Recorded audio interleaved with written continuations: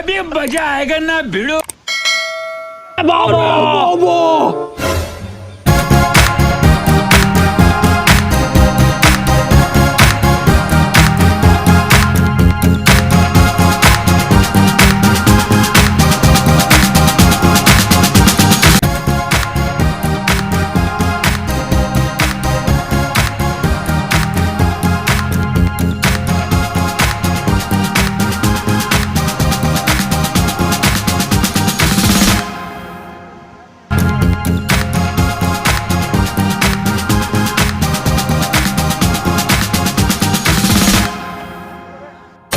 किए जालुछे गो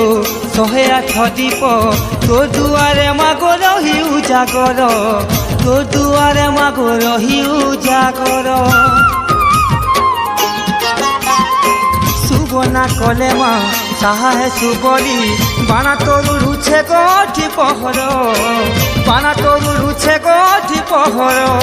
तो दर्शन थोड़े कले मा ई जीवनटा धन है सीमा।